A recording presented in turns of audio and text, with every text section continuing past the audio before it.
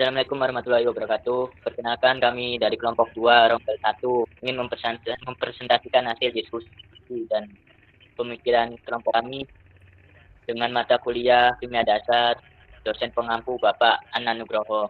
Kami di sini ingin membahas beberapa poin tentang eksotematik versus endotermik reaktor dan termokimia. Poin-poin tersebut ada 7 poin. Poin pertama akan dipresentasikan oleh Saudara Fitri, maksud saya, maaf. Silakan untuk Saudara Fitri. Materi pertama yaitu penjelasan grafik reaksi eksoterm dan endoterm.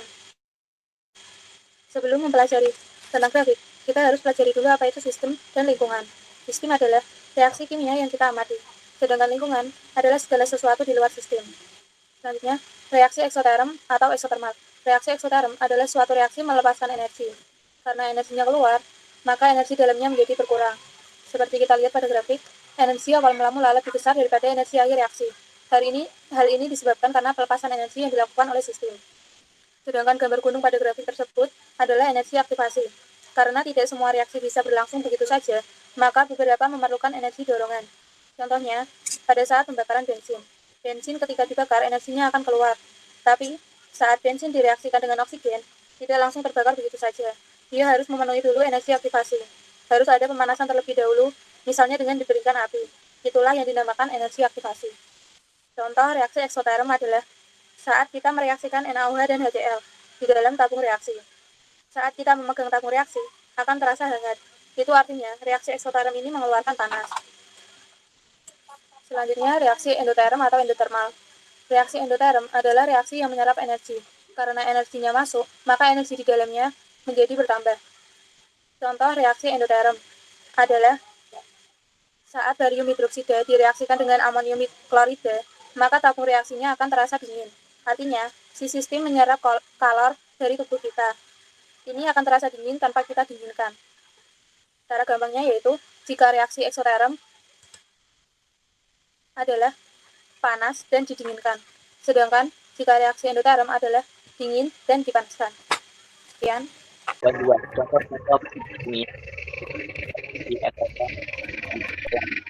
S tambah 2O, sebelah ada CaO2, delta A dengan negatif 64 Joule. Di bawahnya ada C2H6 tambah 3,5 O2. Di sebelahnya ada persamaan 2C2 tambah 3H2. Untuk contoh rinciannya ada di cat H Joule per molnya ada C2H6 dengan nilai negatif 84,7, O2 dengan nilai 0, CO2 dengan nilai negatif 393,5, H2O dengan nilai negatif 285. Dan untuk contoh soal ada delta H2 reaksi, teman-teman. Sigma delta HO produk dikurangi sigma delta HO bereaksi. Delta HO reaksi sama dengan 2 delta HO dalam kurung CO2 tambah 3 delta HO dalam kurung H2O. Dikurangi delta HO dalam kurung C2H6 tambah 3,5 delta HO dalam kurung dan mendapatkan delta HO reaksi dengan 2 di 3 dalam kurung negatif 285,8 dikurangi negatif 44 tambah dengan, maka mendapatkan delta HO negatif 700 tambah 0 dikurangi negatif 84 diambil negatif 8,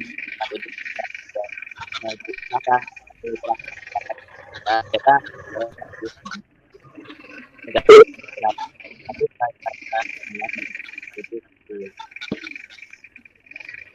untuk reaksi.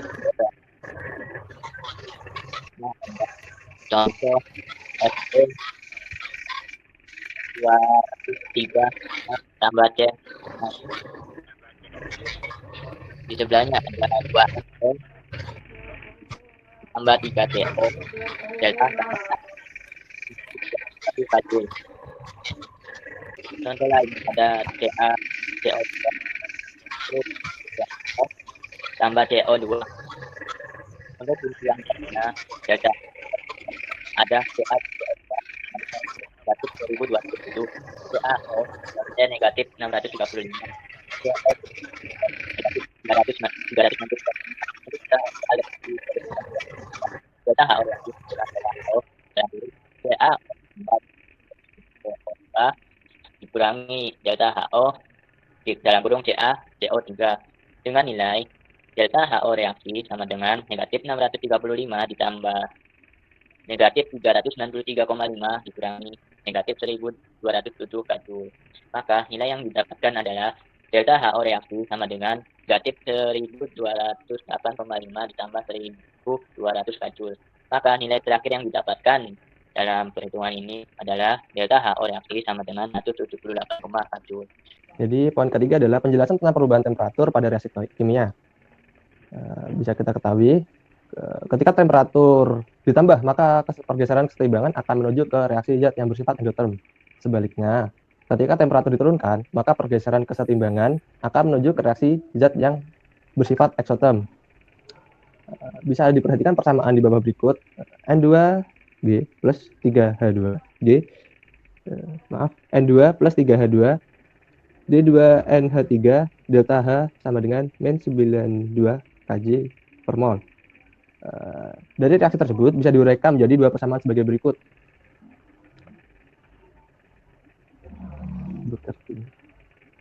Untuk reaksi endotherm, untuk reaksi exotherm, persamaan tersebut bisa ditulis dengan N2 plus 3H2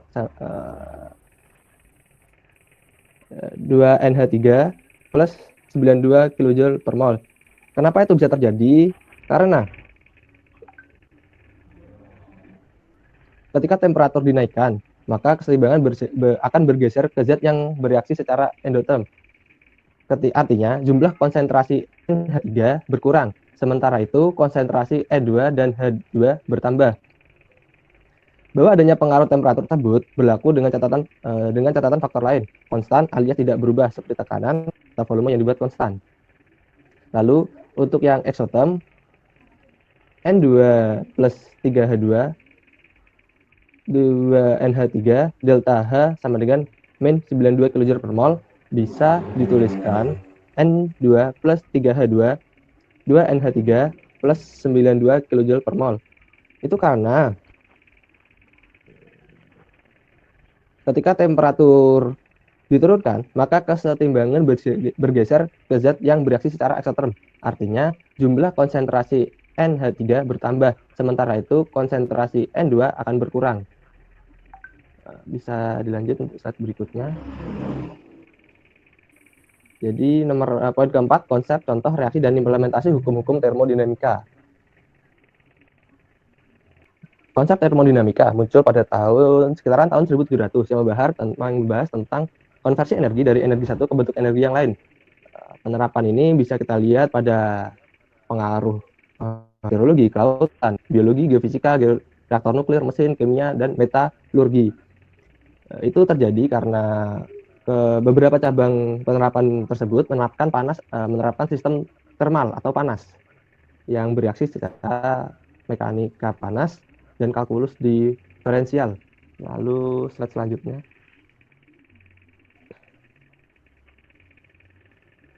Jadi bisa kita lihat ada gambar di bawah ini yang menampilkan problematika pada suatu masalah secara termodinamika. Jadi ada beberapa tahap cara penyelesaiannya. Yang pertama adalah formulasi problem ke dalam besaran dan bentuk termodinamika. Hal ini dikatakan sebagai perubahan bahasa dalam problem ke bahasa termodinamika. Kemudian merumuskannya dengan menggunakan besaran-besaran termodinamika. Yang kedua, evaluasi sifat dan fungsi termodinamika. Berarti, terhadap formula yang telah disusun pada langkah pertama, tahap ini membutuhkan pemahaman pengetahuan termodinamika yang memadai agar tidak terjadi kesalahan persepsi terhadap arah tujuan problema tersebut. Dan yang ketiga, penyelesaian problem termodinamika. Pada tahap ini dibutuhkan dukungan pengetahuan matematika atau kalkulus sehingga dapat diperoleh jawaban yang valid atau bisa dipertanggungjawabkan. Ketiga langkah penyelesaian termodinamika tersebut harus berpijak pada dalil-dalil atau kaidah dalam termodinamika.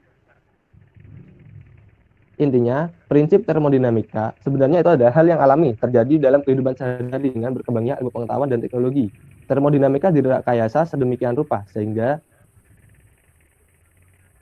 menjadi suatu bentuk mekanisme yang bisa membantu manusia dalam kegiatannya. Jadi bisa digeser lagi.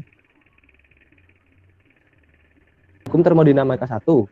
Hukum termodinamika 0 menjelaskan kesetimbangan termal berlaku universal. Dengan kata lain, apapun zat atau materi yang memiliki kesetimbangan termal yang sama bila disatukan.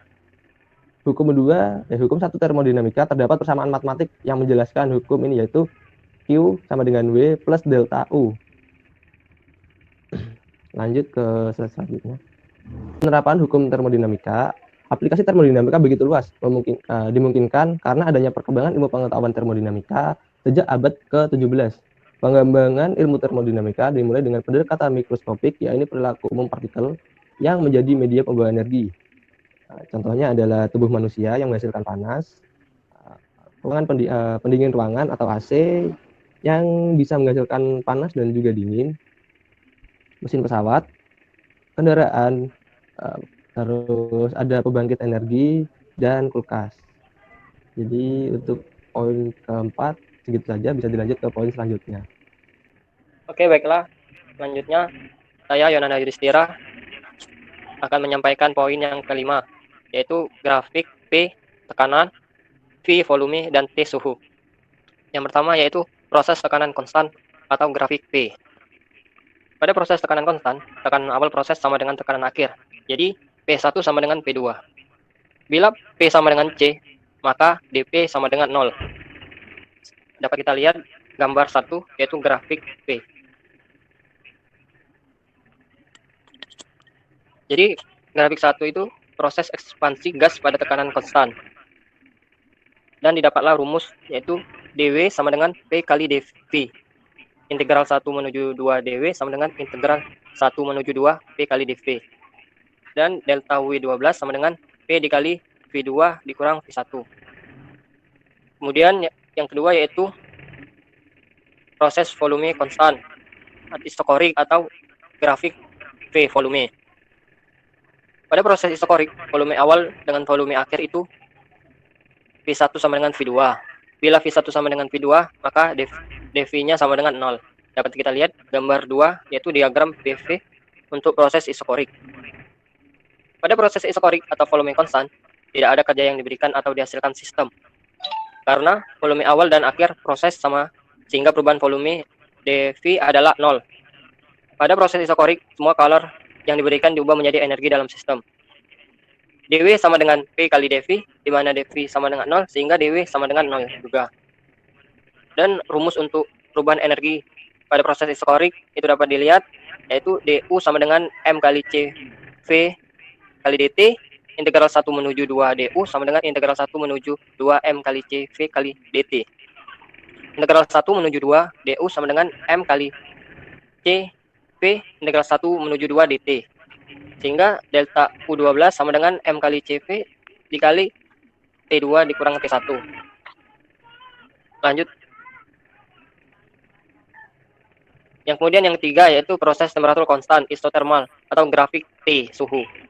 Pada proses isotermal, temperatur awal proses akan sama dengan temperatur akhir, yaitu T1 sama dengan T2. Kondisi ini menyebabkan dt sama dengan 0, sehingga perubahan energi dalam sistem du juga sama dengan 0. Dapat kita lihat gambar 3, yaitu diagram PV untuk proses isotermal. Dan didapatlah rumus, yaitu dW sama dengan P dikali dV. Integral 1 menuju 2 dW sama dengan integral 1 menuju 2 P dikali dV.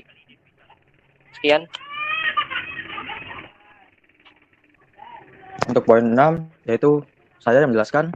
Nama saya Muhammad Sarafsena. Untuk poin 6 itu konsep dan contoh reaksi yang melibatkan entropi dan entalpi. Entropi sendiri lambangnya S. Entropi merupakan sifat keadaan suatu sistem yang menyatakan tingkat ketidakteraturan berkaitan dengan jumlah keadaan mikro yang tersedia bagi molekul sistem tersebut. Entropi juga dapat didefinisikan sebagai kecenderungan sistem untuk berproses ke arah tertentu. Entropi dapat dihasilkan tetapi tidak dapat dimusnahkan. Bisa dilihat di gambar, entropi pada gas itu lebih besar nilainya daripada entropi di liquid atau cairan. Begitupun entropi pada cairan lebih besar daripada entropi pada solid atau padatan. So, next. Sini ada rumus ds dq per t. Di bawahnya juga ada delta S, perubahan entropi itu sama dengan perubahan entropi pada sistem ditambah perubahan entropi pada lingkungan. Jika nilainya lebih dari 0, proses yang berlangsung itu prosesnya spontan. Tapi jika delta S-nya kurang dari 0, prosesnya tidak spontan. Di bawahnya ada entropi pada gas ideal. Rumusnya DU sama dengan T ds dikurangi P dV. ds-nya pindah pada ruas kiri. Jadi DU per T ditambah P dV per T. Lalu DU-nya dirubah menjadi CV dt per T ditambah P itu dirubah lagi menjadi NRT per V. Jadi didapat NRDV per V. T-nya dihapus, dicoret, jadi hilang. Lanjut, jadi DS CV D ln T ditambah NRD ln V. Dapat delta S, perubahan entropinya CV ln T2 per T1 ditambah NR ln V2 per V1. Untuk yang volume. Yang di bawah tekanan, delta S CP ln T2 per T1 dikurangi NR ln P2 per P1. Bisa lanjut. Selanjutnya ada entalpi atau delta H. Kalor yang dilepas dan dibutuhkan dalam suatu reaksi kimia dalam keadaan tekanan tetap disebut entalpi atau delta H. Digambar rumusnya delta H sama dengan HP dikurangi HR, di mana delta H itu perubahan entalpi, HP adalah entalpi produk, dan HR entalpi reaktan atau reaksi. Pada gambar yang di sebelah kiri itu adalah reaksi endoterm, karena sistem menyerap kalor dari lingkungan. Perubahan entalpinya positif. Untuk gambar sebelah kanan itu sistem mengeluarkan atau melepas kalor, itu reaksinya exotherm, perubahan entalpinya negatif. Kemudian ada jenis-jenis entalpi. Yang pertama ada entalpi pembentukan atau delta HF.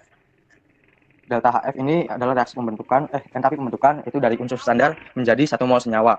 Bisa dilihat contohnya delta HF CH3OH liquid. Sini unsurnya ada C, S solid, tambah 2H gas, tambah setengah O2 gas menjadi CH3OH liquid. Nilai entalpi pembentukannya negatif 239 kJ per mol. Yang kedua, ada entalpi disosiasi atau entalpi penguraian, itu delta HD. Ini kebalikan dari entalpi pembentukan. Jadi dari 1 mol senyawa diubah menjadi unsur-unsurnya. Sama reaksinya seperti tadi, tinggal diubah aja, lalu nilai delta entalpi disosiasinya itu menjadi positif, kebalikan dari yang entalpi pembentukan tadi. Yang ketiga ada entalpi pembakaran, di mana entalpi pembakaran itu 1 mol zat ditambah O2 atau oksigen, lalu dihasilkan produk. Contohnya ada C3H8 gas ditambah 5O2 gas menjadi 3CO2 gas plus 4H2O itu gas. Untuk nilai entalpi pembakarannya negatif 2220 kJ per mol. Untuk yang keempat ada entalpi netralisasi, itu asam tambah basa menjadi garam plus 1 mol H2O. Contohnya ada di bawah, HCl aqueous garam ditambah NaOH aqueous basa menjadi NaCl aqueous plus H2O. Untuk nilai entalpi netralisasinya ada di negatif 56,9 kJ per mol. Lanjut ya, lanjut.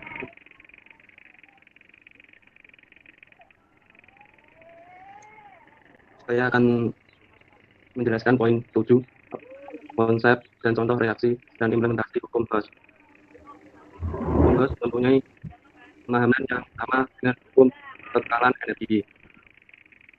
Hukum yang digunakan untuk menentukan beberapa perubahan entalpi suatu reaksi. Dalam hukum Gauss, nilai perubahan entalpi yang dinyatakan nilai keadaan karena perubahan entalpi merupakan sebagai fungsi keadaan.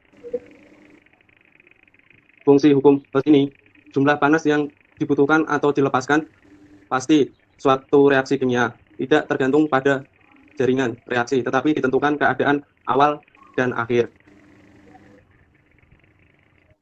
Rumus hukum Gauss diketahui, diagram Gauss reaksi A menjadi C, perubahan A menjadi C dapat berlangsung 2 tahap, yaitu tahap 1 secara langsung A menjadi C menghasilkan delta hidrogen 1. Tahap 2 secara tidak langsung, yaitu A menjadi B dan B menjadi C. Dari ini A menjadi C dapat dirumuskan menjadi delta hidrogen 2 ditambah delta hidrogen 3. Sekian dari poin dulu yang bisa saya jelaskan. Terima kasih. Mungkin itu, dan mungkin sekian dari penjelasan kelompok ini. Kurang lebihnya mohon maaf jika ada. Assalamualaikum warahmatullahi wabarakatuh.